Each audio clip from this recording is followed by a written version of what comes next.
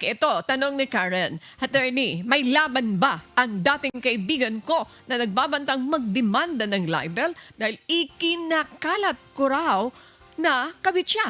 Ang totoo, usap-usapan na sa school ang relasyon nila at mismong yung lalaki ang umamin sa teacher.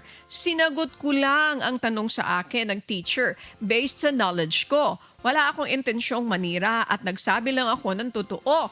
Noong tinanong ko, maari ba akong makasuhan kahit hindi naman ako ang nagpasimula ng issue?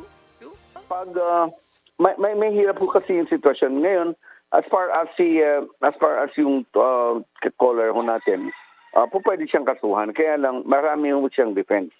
Ang defense ho niya una-una hindi galing sa kanyang impormasyon, pangalawa sumagot lang siya sa tanong. So makakasuhan ba siya? Po pwede. Pero kung mananalo ba yung kaso, lalong-lalo na kaibigan niya at marahil dahil sa sama lang ng loob ng kaibigan niya, matatalo ko yan. Malaki ang pag-asa na manalo yung ating message sender.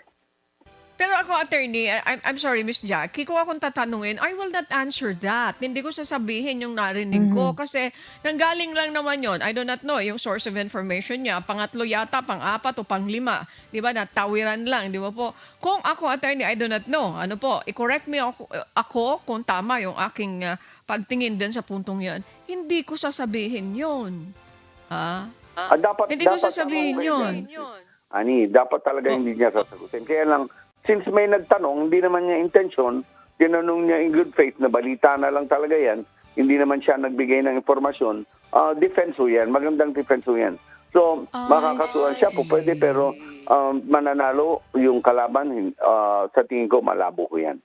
Okay, sabi ang pinupunti ni Attorney Miss Jackie, yung tao, naging honest lang doon sa mga naririnig niyang balita. Baka hindi lang niya na-deliver ng tama, hindi niya naitawid ng tama kasi lumabas na, oy, chismosa, ayan, parang ganon, ha? Sinismis na, nagdumapit na.